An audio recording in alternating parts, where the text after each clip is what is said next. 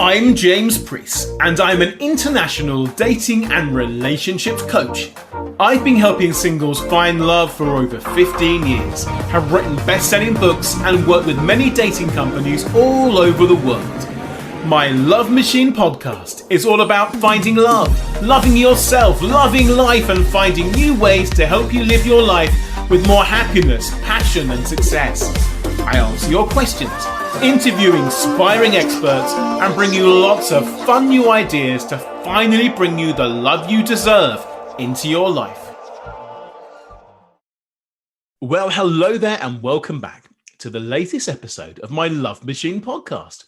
Now, many of you are currently using dating apps, and some of you love them, some of you hate them, some of them are being tolerated by you purely as a way to meet people during these strange times. And I know one of the biggest complaints I get is that people are absolutely sick of constantly swiping left, right, who knows what they're doing with it. And it's a big frustration. So today, my topic is called Swiping is Dead. And why have I called it that? We're going to find out, because today I'm very, very lucky to be joined by the founder of an exciting new dating app called Unavine. And the CEO of this company is a lovely chap I've got to know over the last few months called Hazzard. Lee, welcome to my podcast. James, thank you very much for having me. What a pleasure. You're very, very welcome. It's taken some time to get you on here, and that's all my fault. But my listeners will be so pleased that you're here now in your little WeWork office, I can see. Looking very nice there. And having an escape from home. So, Lee, before we talk about dating in general and dating apps, can I just hear a bit more about you for those that don't know? What's your background and what made you start your own dating app? Sure. Wow, where do I start? So I have a bit of a random background. So my career actually started in the music industry. So I had massive aspirations of being a world famous music producer. That didn't quite happen, as I'm talking to you here now. However, I got a nice 12-year stretch working with various labels for signed, unsigned artists, working on quite a few big names, multi-platinum artists. I then transitioned into a media company after my tenure in the music industry called Mobile Media Training. And what we did there was provide accredited multimedia and art courses to local authorities, schools, colleges, and universities. That started really just as a kind of 1 day a week volunteer in a youth center, and organically turned into a business with 25 staff working in pretty much every borough in London, delivering courses in music production, graphic and web design, film production. Won a couple of awards for that and had a fantastic time just really positively impacting people's lives. Ran that for 8 years, came crashing down in 2010, just because of the market, my own expertise. I think the business had grown way beyond my own sort of growth. And yeah, the next 6 years, I really was in the wilderness trying to find myself, what I wanted to do next. And whilst on a contract, I was doing some consulting for an e-commerce company, and we were looking at sort of transitioning static image advertising to video. And when we saw the stats of video engagement having an 86% increase from static images, a random thought just popped in my head, and I said, hang on a sec, why aren't dating apps using video? I don't know why that popped into my head. I'm a married man with 5 daughters, but it's something that just stuck with me. So I started asking friends about video. Friends that use dating apps, and they said that's a terrible idea. It's creepy. I'd have to look good every time I get on. And so this was 2019. So I thought, okay, yeah, it's a terrible idea. However, fast forward 6 to 9 months later, everybody's got to use video for who shall not be named, kicked into our lives. So what we saw in that process is a huge shift, particularly with the dating apps, to do video. And that's why I decided this was a good time to pursue it. And 9 months later, Unavine was born. So I hope that gives a good overview of my journey. It does. That's fantastic. So most people tend to start dating apps because they're single and they are looking as a way to try and fast track the process to get to know someone. And I always thought of doing it myself many years ago, starting my own dating app when I was single. Of course, it wasn't dating apps then, it was more online dating sites. And if I do actually own 2 online dating sites, but that's another story for another day that maybe I should start promoting one day. I haven't made much money from them, but hopefully you will do. Actually, we're going to come on to that because that wasn't the original title of your app, was it? It was called Wonder, I believe, originally. Yeah, it was called Wonder. So last year, it started off as Wonder. And just as we were kind of tweaking and finessing the value proposition of what we're doing, we felt that it didn't really ring with the value that we were trying to create for users. So with the explosion of video dating over the last year or so, we didn't feel like it was a strong enough proposition just to be another dating app. It's such a saturated market. And we knew that just doing video just wasn't going to cut it. You know, we don't have the big multi-million-pound startup funds to even try and compete with the big players. So we wanted to add a new element, which was online content and coaching. So we've been swiping really for love over the last 8 years.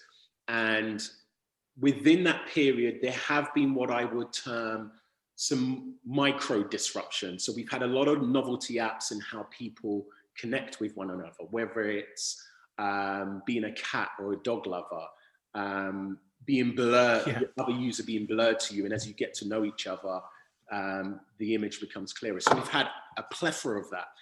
But we haven't really seen a self-awareness. I feel like, you know, we very much focus on people, on platforms, helping people find the right one. But we haven't really seen any kind of help in people becoming the right one. So addressing relational patterns, like your guest spoke about, John Kenny. So really, you know, how do I become the best version of myself before getting in a relationship? And we felt like that was a really key area that we could target.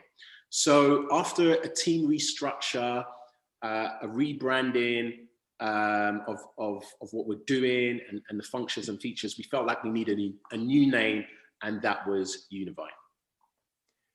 It's constant redevelopment in this industry. That's the way to go forwards and to succeed. So I admire and respect that.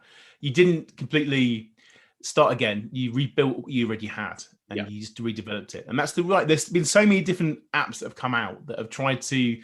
They're more gimmick apps, I would say. Yeah. They are based, like you said, maybe you can't see someone's picture straight away, or maybe they're based on some sort of weird personality test. Yeah. And the weird thing, also, there was one that came out a few years ago. It was very high profile. I forget what it was called. It was on, what was it now? It was on Alan Sugar's program, The Apprentice, and it had big press, and it was about playing little games. Do you remember this one?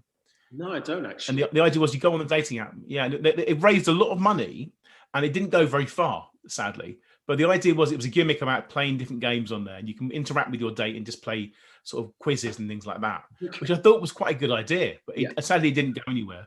I think the gimmicks are over. What people really want, as you've rightly hit upon, is more help how to make it work and working on themselves. And people, as we said before, they are just sick of swiping away at the wrong people and endless matches.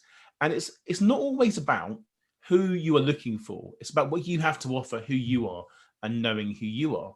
And of course, as a dating coach myself, over 15 years, this is what people need. And they don't always realize they want the help until they find out about this sort of thing. And nobody else is really offering what you're doing. So tell me more about how your app is structured. Is it an online dating sort of apps thing, or is it more coaching? How do the two things gel? Yeah, sure. So our platform essentially has 3 components to it. You have a video-only matchmaking experience. So when we say video only, we actually mean video only. So there's no texting, there's no images, it's purely video from your profile that people can scroll through during the feed, the onboarding process, it's video. When you actually match with someone, you can only video call them, whether that's an immediate call or scheduled. And the idea around that is we want people to connect authentically. As we've spoken about, people are tired of swiping. People are tired of the mindless texting before you get to a date. So what video does is it just allows you that instant connection and to get a real feel for someone. We have the second component, which is content. So this is really for people that are on a kind of self-awareness stroke self-development journey. So we've built what's called the Unavine, which is a Netflix style library of content around relationship topics, whether that's you trying to find the best way to prepare yourself for your first virtual date, or maybe communication issues that you have during the start of a relationship. And so you've got tons of content that we will have accessible to users. The third component is one-to-one coaching. So this is where you can actually get direct help from some of the UK's leading relationship coaches to help in particular areas that you may or may not be aware of that can help prepare you for your future match. So we've got those three components and they work really synergistically together. So the idea is that you prepare yourself through the content and coaching and then engage with matchmaking. So that tends to be the kind of UX user journey of our platform. And we've got some other nuances and some nice little features that we can talk about maybe later or on another call.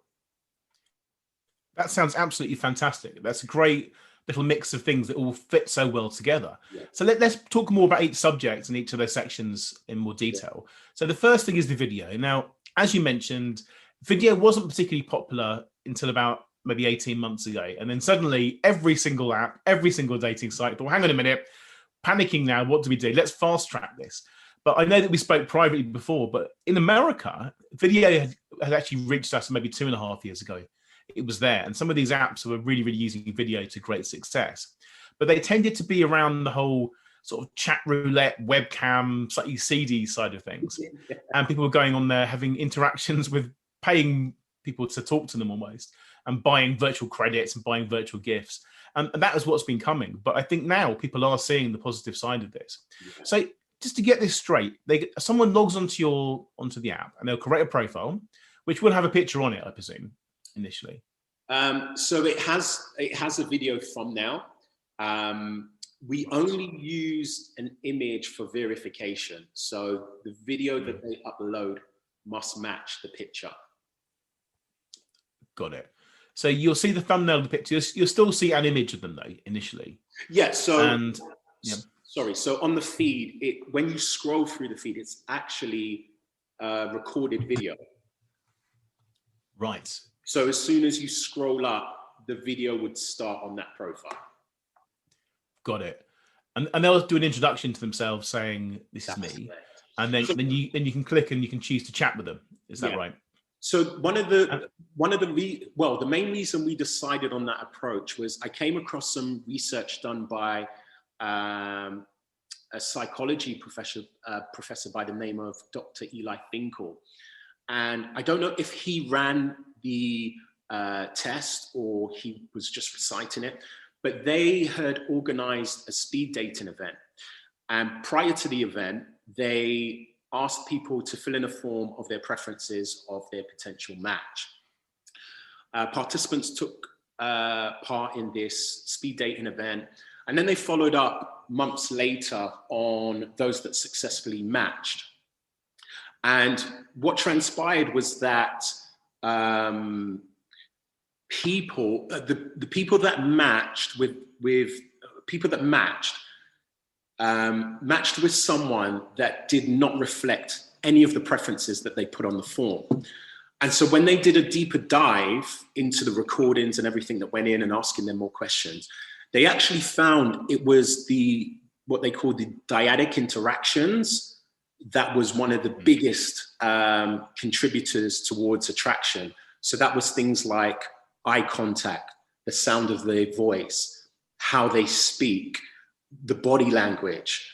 And when I read that piece of information, that was absolutely light bulb moment for me to realize we need to make this thing video first, because we swipe right based on our own relational patterns, our preferences.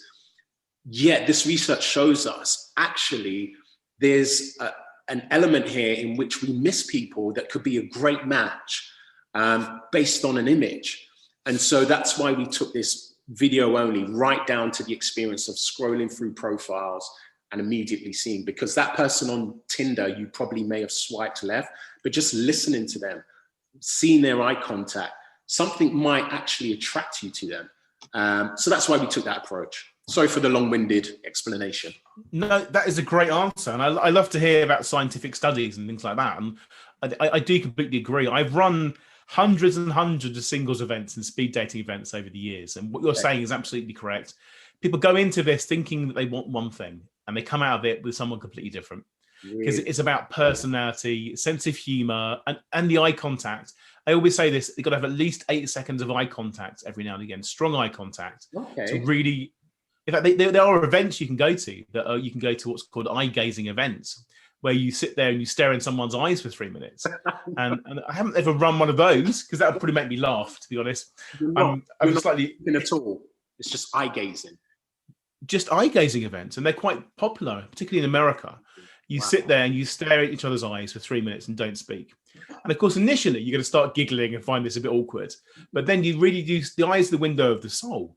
And you're going to be able to read them, and then you get to know someone really, really well. And because you've bonded by doing that, you're more likely to get on and get a match. But I'm sure you can probably do that by Zoom now. But the problem with Zoom and doing internet dating in that way is that there is no eye contact. You're just staring at a camera, or you're staring at the screen. And that's really awkward. But on a mobile phone, it's slightly different, because you're looking at the camera and the screen at the same time. So it's slightly different.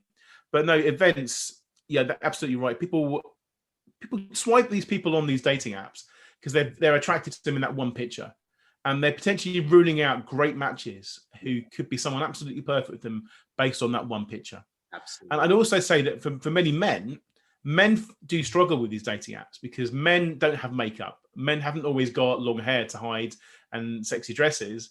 So men do struggle. So dating apps are easier for women to get matches than for men. But when it comes to video, men can use their voice, they can use their sense of humor, they can smile, and they can warm up. It's going to work much better. So that's a great thing to have, and that's a really interesting feature. And then, of course, you've got the content as well. You mentioned the sort of Netflix of dating on there and having things like that. Are you going to create your own shows on there, or are they just video clips?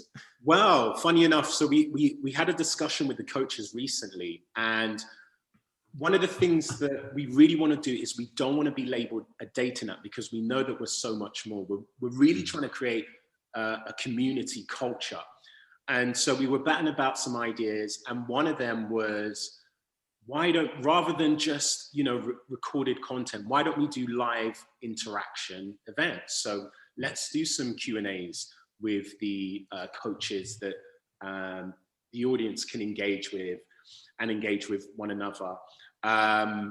One of the other ideas that I'm really keen on is live moderated dating sessions. So two people that have matched can opt in for them to have a date that's moderated by a coach in terms of improvements of communication, body language, and people can actually view that.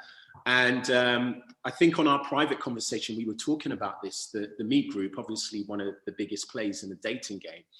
3/4 of their revenue are now accounted for by live streaming. So the dating experience is shifting massively. And so the whole live streaming is something that we feel is quite valuable to us, simply because of our mission to create more of a community feel. That's brilliant. And I am actually one of the coaches on the app. I haven't mentioned that yet in this podcast, but I'm very excited about all this. And of course, I love the idea of doing a moderated date as well, because that's something that I do. I have sat there in coffee shops and bars watching people on a date, and I've written my feedback about what happens afterwards. And I offer a mock dating service now. It's slightly different. It doesn't involve me sitting there. But people do love it. And it's very, very entertaining. It's like first dates on the TV with a proper expert giving you advice rather than giving you advice on Shakespeare quotes. And I'm not putting down first dates or anything, but not that I've been turned down from that show. But I haven't. Well, I actually found them. They're people for the first test pilot. So I do love that show. And I did that years ago. But no, I'm just joking there about the being turned down. I was never offered it. We're definitely going to secure it as the first coach to do it then. That'd be great. I'd love to do that. I think it's great. And having watched all these singles events and speed dating, I see these interactions all the time. And I do send my clients into them and watch them, give them my feedback. We get it so wrong. And okay, and then the last thing you've got is the live coaching when they can book a session with a coach. Yeah. Is that right? And they'll pay a fee for that, I imagine, and then choose their coach on different subjects. That's correct. So you can approach this two ways. The first is perhaps you're watching content of a particular coach and you really like their style of delivery and the topics they're covering that resonate with you, and you can have access to book them directly, or you can look through our coach's profile and see which one fits you, or you might want a combination of coaches. And there's various ways in terms of payment. So you can subscribe, you can have a monthly subscription, so you get ongoing coaching, or you can do micro payments. So you can send a video or an email to the coach at X cost per message. Just maybe you want some bite-sized feedback. And it's also a great way to sort of assess whether this coach is a good fit for you or not. That sounds great. So what sort of topics will people be coaching on there? Cool. So I think having discussions with the coaches, I think a big one for the guys is how to be more confident during the dating process. So that one seems to be coming up time and time again. What we have ascertained for the coaches that deal with mainly females is the rejection side and the ghosting. That's a big topic at the moment. And so as time goes on, we're obviously going to be populating it with more and more topics. And as we sort of are able to extract people's experiences, whether through interviews, the data, we'll then start to create more content geared towards that. One of the things that I should mention is a little bit of AI, the AI play.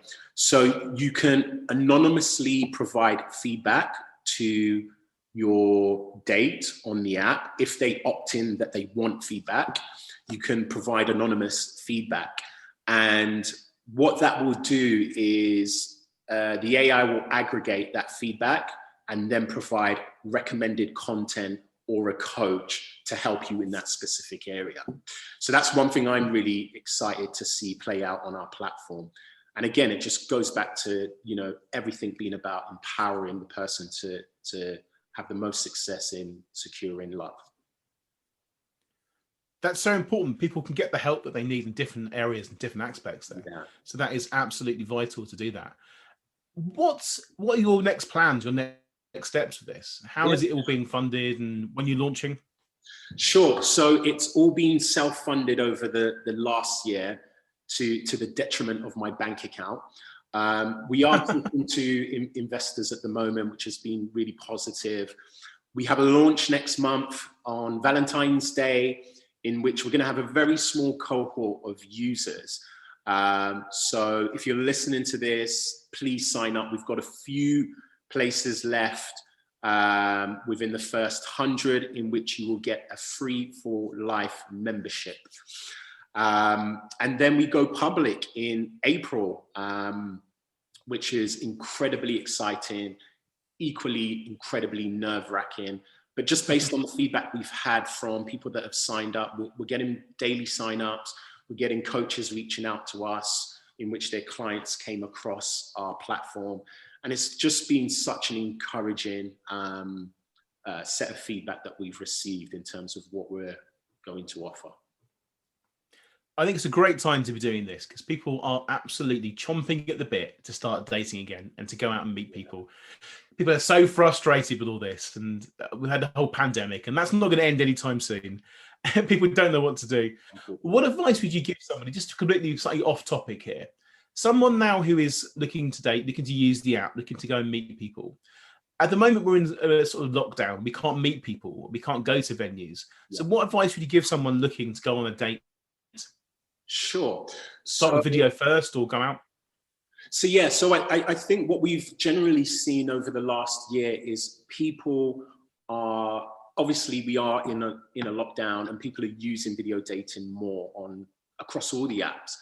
But I think research was done by Bumble and they found that 85% of people that took part in their survey are going to use video post-lockdown as a vetting process for their date. So it's really clear that people are taking time to get to know people before they do the face-to-face meetup.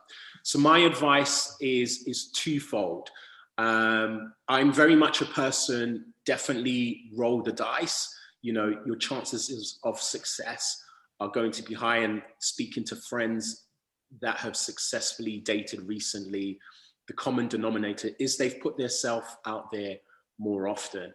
I think the second component is definitely the personal development, really looking within, understanding yourself, knowing yourself. And, you know, we all carry blind spots. You know, I have my own mindset coach. I have a business coach, just because of the blind spots that I carry. And I want to be the best version I can be for the business and those around me. And in the same sense, I think we should all definitely be looking on the personal development side and seeing the areas in which we can level up. And maybe that's through coaching, maybe it's through watching more content.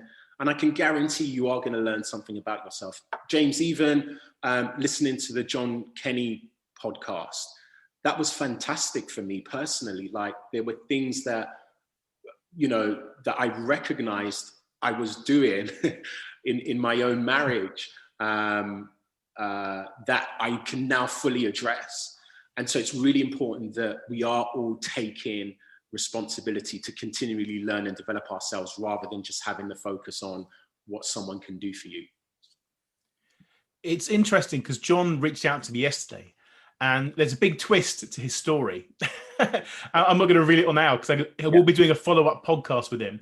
I've had a lot of positive feedback about that particular one. The way that we, and he wants to do another one with me soon. So hopefully that'll be scheduled very, very shortly. I can't wait to hear what he has to say, because you're right, even experts like us can learn so much from other experts. Yeah. And it's important to get coaches. People have no problem going out and getting a personal trainer.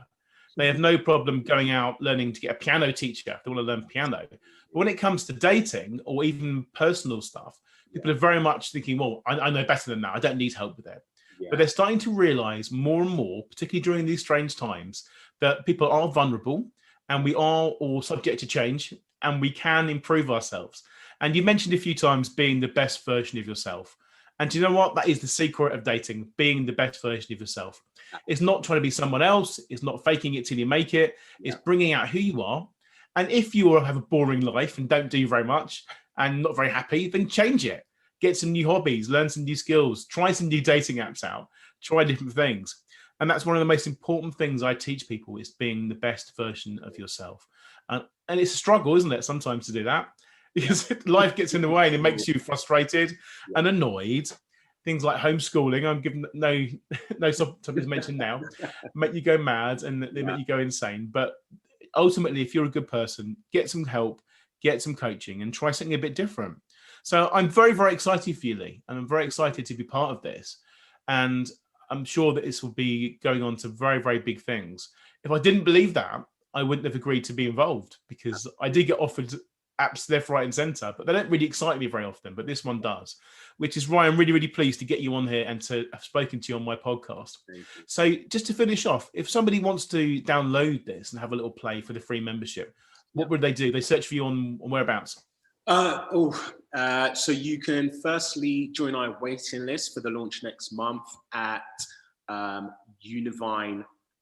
So that's https://unavine.com. You can find us on Facebook under the same name, Instagram, Unavine app, or you can reach out to me on LinkedIn. My name is Lee Hazzard. You'll see it somewhere on the podcast. Feel free to reach out and get in touch. I'd love to hear from you. And please, if any of this interview resonated with you, trust your gut, get involved. Absolutely. Give it a go. You've nothing to lose. It's a fun thing to do. You might just learn something. So Lee, thank you so much for joining me. It has been a pleasure talking to you as always. Brilliant. James, thank you so much for this time. Thank you for getting involved.